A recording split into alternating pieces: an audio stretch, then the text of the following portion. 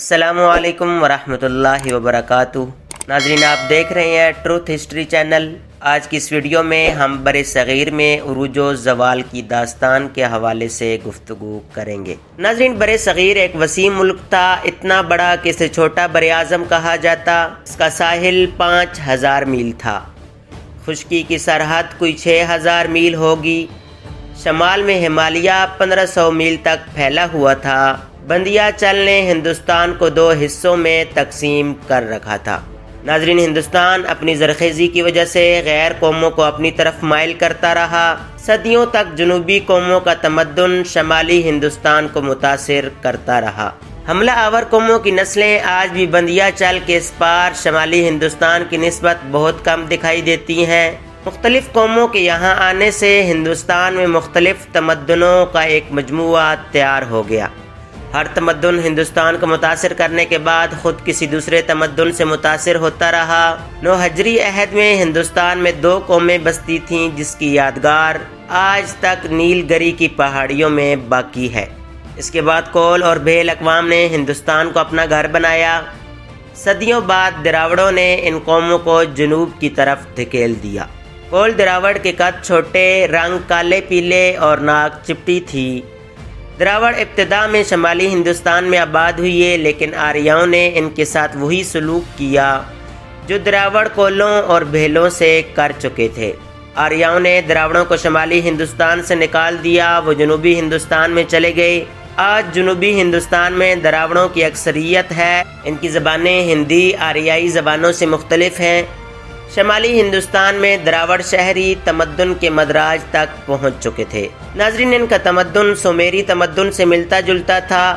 ہڑپا اور مونجو دڑو کی کھدائیوں نے ان کے تمدن کی عظمت کو ہمارے سامنے دکھا دیا ہے۔ ان شہروں کا تمدن صدیوں کے آغوش میں پلا ہوگا۔ مصر، عراق اور ایران کی تہذیبوں کے پہلو بہ پہلو دراوڑی تہذیب بھی اپنی قدامت اور عظمت کی داستان کھنڈرات کی شکل میں دکھائی دیتی ہے۔ ناظرین، مونجو دڑو اور ہڑپا آریاؤں کے آنے سے صدیوں پہلے شہرت حاصل کر چکے تھے۔ سندھ اور پنجاب کا تمدن مصر اور عراق کے ہم اثر تمدن سے کسی طرح پیچھے نہ تھا۔ ان شہروں کے لوگ سوتی کپڑا بنانا جانتے تھے، گھروں میں غسل خانے تھے، شہریوں کے مکان بہت بلند اور صاف ہوتے تھے۔ ان کا مذہب مصریوں اور سومیریوں سے ملتا جلتا تھا۔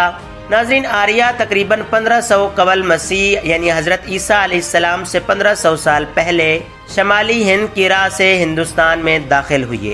آریہ وسط ایشیا سے ہندوستان میں پیدل ننگے پاؤں چل کر آئے۔ گورا رنگ، ساتواں ناک، دراز قد جو وسط ایشیا سے ہندوستان کی زرخیزی دیکھ کر وارد ہوئے۔ گھوڑے کا گوشت کھانے والے اور گھوڑی کا دودھ پینے والے آریہ جفاکش، دلیر اور بہادر تھے۔ ناظرین، قدیم بر صغیر کی تاریخ سے معلوم ہوتا ہے کہ بر صغیر کے قدیم باشندے چھوٹے قد کے اور سیاہی مائل رنگت کے تھے۔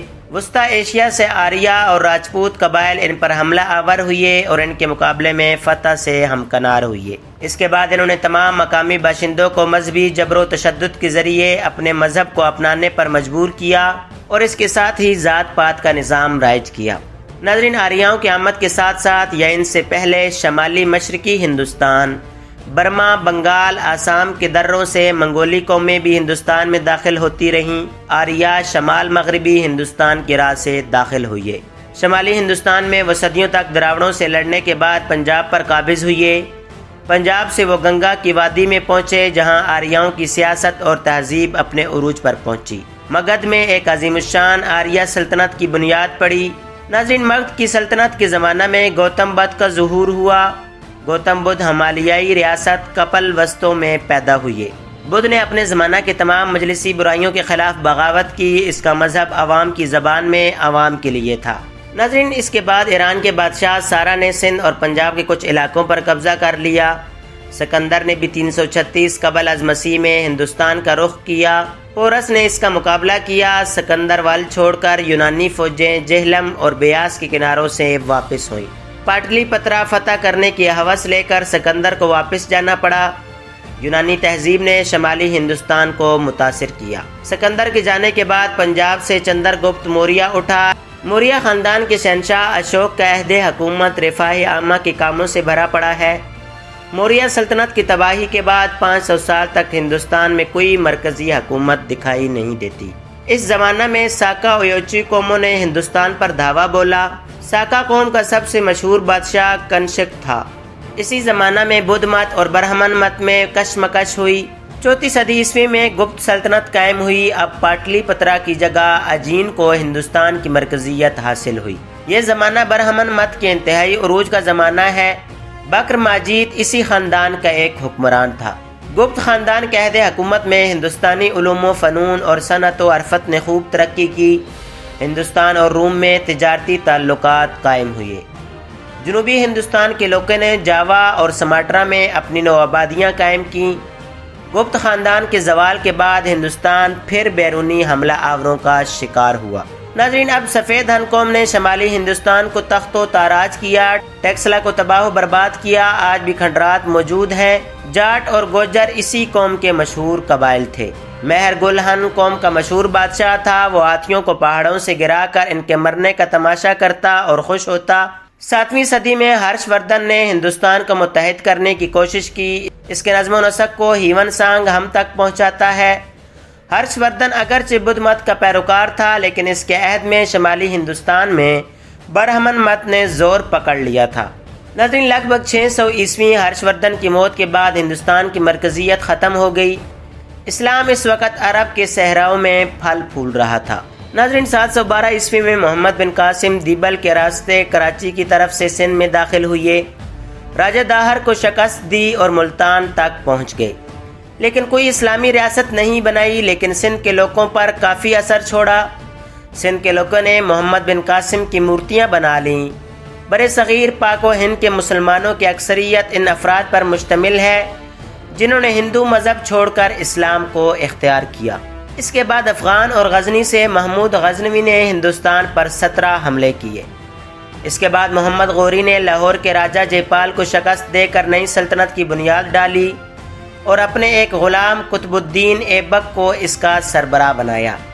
یہ پہلی اسلامی ریاست تھی جو خاندان غلامہ کے نام سے مشہور ہوئی۔ التمش، رضیہ سلطانہ اور غیاث الدین بلبن مشہور بادشاہ تھے۔ ناظرین، التمش اور رضیہ سلطانہ کو خلجیوں نے فتح کیا۔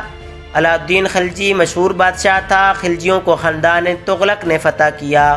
جونا خان، محمد بن تغلق اور فیروز شاہ تغلق مشہور بادشاہ تھے۔ جونا خان محمد بن تغلق کے زمانے میں مشہور سیاح ابن بطوطہ ہندوستان آیا اور بہت معلومات اپنے سفر نامے میں لکھیں۔ فیروز تغلق اور غیاث الدین تغلو مشہور بادشاہ تھے۔ محمود شاہ تغلق کمزور بادشاہ تھا۔ امیر تیمور کے حملے نے تغلق خاندان کے وقت کو خاک میں ملا دیا۔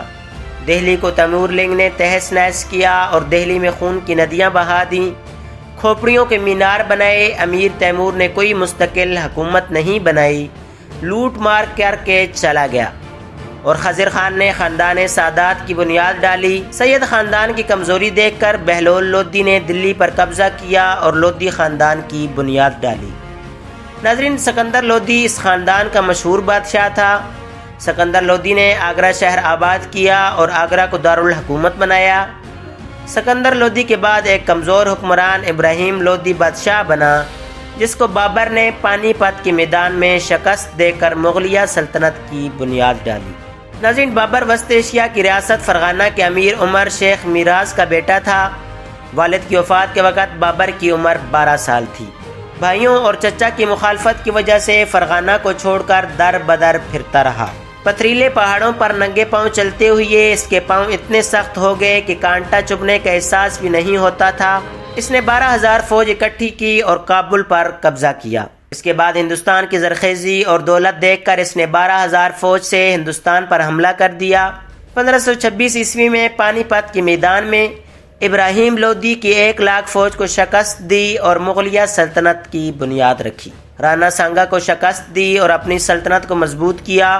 بابر اتنا جفاکش تھا کہ 2 آدمیوں کو اٹھا کر قلعے کی دیوار پر دوڑ لگاتا تھا۔ اس کے علاوہ بابر بڑا مردم شناس تھا۔ ایک دفعہ بابر نے تمام حکومتی امراء کو دعوت دی۔ دعوت میں شیر شاہ سوری بھی امراء میں شامل تھا۔ شیر شاہ سوری نے بابر کے سامنے پڑا گوشت کا ٹکڑا اپنا خنجر نکال کر کاٹ کر کھانے لگا۔ دعوت ختم ہونے پر بابر نے اپنے ولی عہد ہمایوں کو تنبیہ کی کہ اس شخص شیر شاہ سوری سے بچ کر رہنا۔ ناظرین، بابر کے وفات کے بعد ہمایوں کو شیر شاہ سوری نے شکست دی، ہمایوں ایران بھاگ گیا۔ ناظرین، جب شیر شاہ کے جانشین کمزور ہوئے تو ہمایوں ایرانی بادشاہ کی مدد سے دوبارہ سوری حکمران پر حملہ آور ہوا اور اس کو شکست دے کر بادشاہ بنا، لیکن 5 سال کے بعد فوت ہوا۔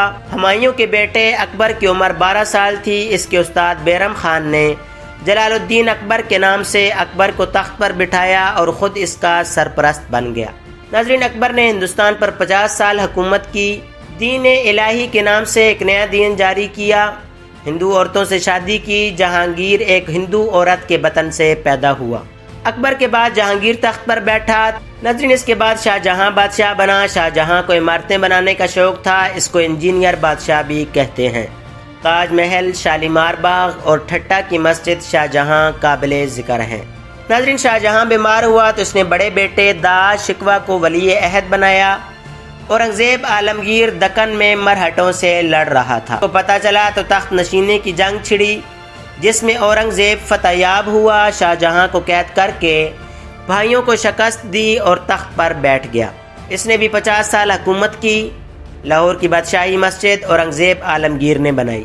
ناظرین، اس کی وفات کے بعد مغل کمزور ہوتے گئے۔ تیمور اور مغل خون میں ملاوٹ کی وجہ سے مغل سست ہو گئے، جس نے محمد شاہ رنگیلا جیسے بادشاہ پیدا کیے۔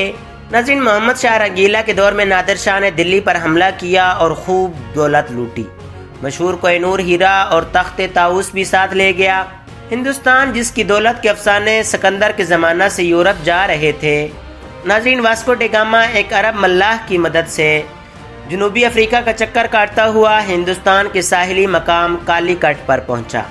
ہندوستان کے لوگوں نے اپنے روایتی مہمان نوازی کے پیش نظر اس کا استقبال کیا۔ پرتگیزوں نے کالی کٹ میں ایک فیکٹری قائم کی۔ 3 سال بعد کالی کٹ کے سینہ پر ایک پرتگیزی قلعہ نظر آیا۔ تھوڑی مدت کے بعد پرتگیزی علم گوا کی دیواروں پر لہرایا۔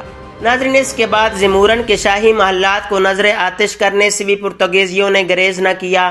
ناظرین، 1492 عیسوی میں کولمبس ہندوستان ڈھونڈتا ہوا امریکہ جا نکلا اور نیا براعظم امریکہ دریافت ہوا۔ ناظرین، انگریز بھی تجارت کے غرض سے ہندوستان آئے۔ مغل بادشاہ جہانگیر کو کچھ تحفے تحائف دیے اور تجارت کی اجازت مانگی۔ اجازت ملنے کے کچھ عرصے بعد ایسٹ انڈیا کمپنی کلکتہ میں قائم کی اور بڑھتے بڑھتے اسی ایسٹ انڈیا کمپنی نے مغلیہ سلطنت کو کھوکھلا کرنا شروع کر دیا۔ بالآخر 1858 کی جنگ آزادی میں مغلیہ سلطنت کے آخری چشم و چراغ بہادر شاہ ظفر کو جلا وطن کر کے رنگون بھیج دیا اور وہاں ہی وہ فوت ہو گیا اور انگریز پورے ہندوستان کے مالک بن گئے۔ 14 اگست 1947 کو انگریزوں سے آزادی ملی۔ ناظرین، تاریخ میں بہت سے حملہ آور آتے رہے اور کچھ لاتے رہے اور کچھ لے کر جاتے رہے۔ آج سے 3000 سال پہلے جو لوگ موجود تھے، اب ان کی نسلوں میں بہت ملاوٹ ہو گئی ہے۔ جو بھی آیا اپنا نشان چھوڑ گیا، خالص کوئی نہیں۔ ناظرین، صدیاں گزر گئیں۔ اسلام تو 1400 سال پہلے آیا تھا، لیکن 3000 سال پہلے آریہ آئے اور سکندر بھی اسلام سے پہلے آیا، بلکہ حضرت عیسیٰ علیہ السلام سے پہلے بھی کافی حملہ آور آئے۔ ناظرین، ہمارے آباء و اجداد کوئی سعودی عرب سے نہیں آئے تھے۔ اسلام تو آیا 610 عیسوی میں اور ہمارے پاس 200-300 سال بعد آیا۔ اس سے پہلے کے لوگ یا بدھزم یا ہندوازم مانتے تھے۔ ناظرین، اب بھی ٹیکسلا، سوات، افغانستان میں مہاتما بدھ کی مورتیاں اور کھنڈرات موجود ہیں۔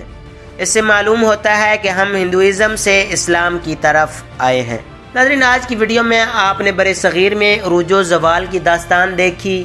مختلف بادشاہ آئے، مختلف قومیں آئیں اور ملیہ میٹ ہو گئیں اور ابھی تک سلطنتیں بن اور ٹوٹ رہی ہیں۔ امید ہے آج کی ویڈیو آپ کو انفارمیٹیو لگی ہوگی۔ اگر ویڈیو پسند آئی ہو تو لائک شیئر کریں اور کمنٹ باکس میں اپنی رائے ضرور دیں۔ ملتے ہیں اگلی ویڈیو میں۔ اللہ حافظ۔